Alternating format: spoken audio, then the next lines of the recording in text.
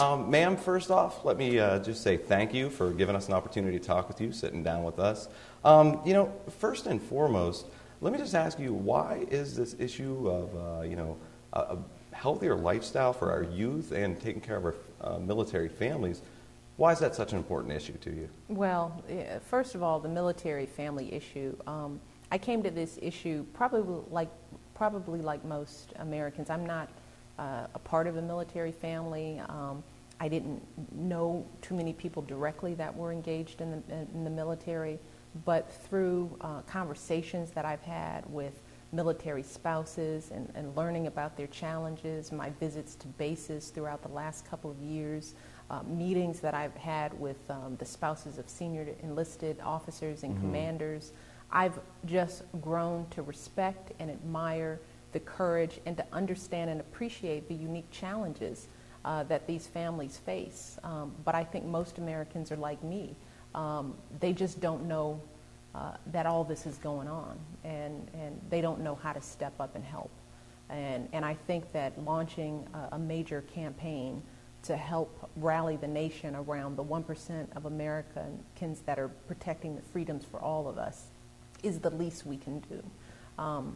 Nutrition and the nutrition of our soldiers ties directly to the work that I've been doing on Let's Move, focusing on childhood obesity. And it's just shocking to see what the Army is seeing on the ground, which are the implications of children who grow up without proper physical activity, without good nutrition habits.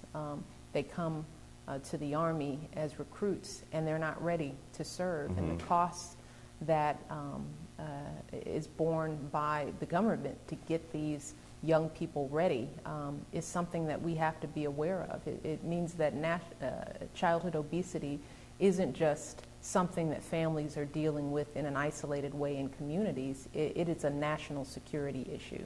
And I think those two issues intersect in a very interesting way.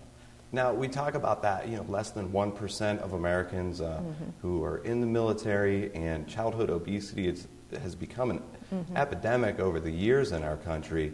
For the military, we view it sort of as today's youth are our potential warriors tomorrow. Absolutely. Do you think the rest of America really has a grasp of that national security issue? I don't think so. I think after today's visit at Fort Jackson, I think they're going to have a better snapshot.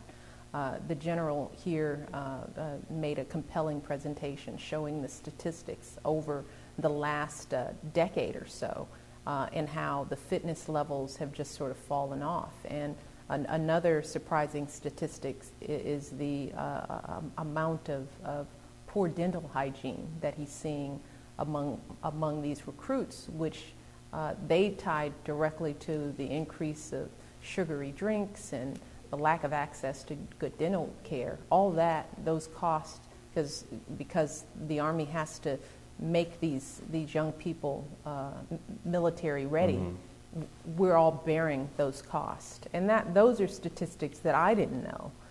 And I think the Army does a good job of providing the kind of snapshot, the sort of real life, on the ground understanding of how some of our broader policy decisions about eliminating PE from schools and eliminating nutrition education and the impact that hours of TV and computer time is having on our kids. The Army is seeing the price that we're paying every day that they see a new recruit and try to train them and get them ready for battle. Now, once we do have these individuals in the service, we can't stop there. Is that something that Fort Jackson's Go Green program to increase, healthy eating throughout your adult life, not just when you're a kid? Is that something you think the force needs to just keep reminding troops of? Well, and that one of the things we talked about was the notion of taking that program military-wide. And I think that's one of the beautiful things about the military. You all have the ability to test out new ideas at a micro level, and then bring those things to scale. So my hope is that we'll see programs like these implemented throughout the military, not just the Army, but in every branch. And once you all understand the results that you can get in just a 10-week period of time, oftentimes, my hope is that the rest of the nation will learn some important lessons about how do you change the habits of people over a longer period of time. I think that we can learn a lot by programs like Fueling the Soldier and Go Green. I think those are all excellent initiatives, and more importantly, you're keeping you have the data to support some of the ideas that you're implementing, and I think that'll go a long way to convincing the rest of the nation that first of all we have a real problem, and how we can possibly go about improving on the quality of health for our young people. Ma'am, let me ask you real quick that we talk about our military folks, we talk about today's youth, and marrying those two up, really we are talking about our entire military family and our country. Now, a lot of people will say it costs a little bit more to eat healthy. In today's economy, people are struggling. What do you say to them in order for them to want to, they want to take care of their family, they want to do right, they also want to save, and especially with our reserve component, who we have families who aren't necessarily near bases like our active duty folks or those programs that are available. What would you say to that? That's right. Well, first of all, I'd say I understand. The Let's Move initiative focuses on the challenges of affordability and accessibility. And we as a nation have to do more to improve on those. We need to make sure that there are grocery stores located in all kinds of communities so that people have access, that healthy foods don't cost a premium for families over the lesser healthy alternative. Those are initiatives, things that we're working on every day. So yeah, we can't just tell people to eat healthy if it's not affordable.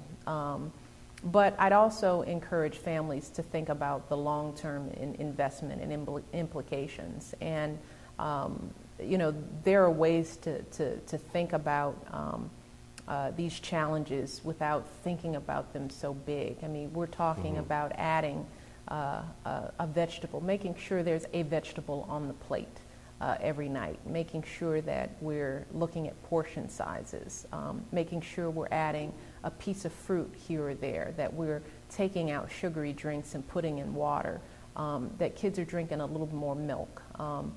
Small changes, and that's what Fort Jackson has discovered, that the program they're implementing isn't actually costing them more money. In fact, in one kitchen facility, the general indicated that they had saved $600,000 because of using less grease, because they weren't frying as much food. So they were saving money because of the implementation of Go Green.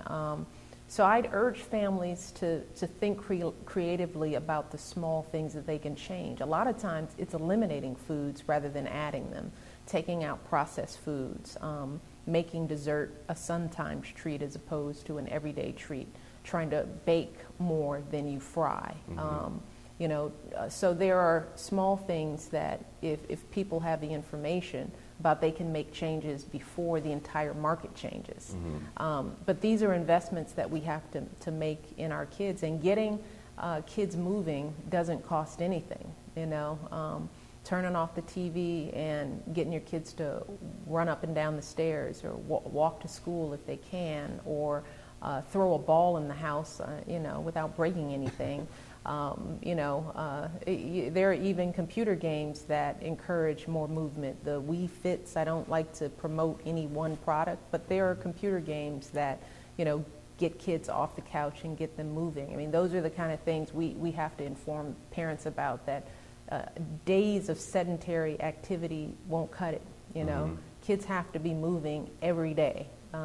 And they have to eat more vegetables, and they have to have fruits on their plate, and they can't drink soda as their primary drink. Those are some basic parameters that probably every family could try to implement, even without the cost structure of the entire society changing first.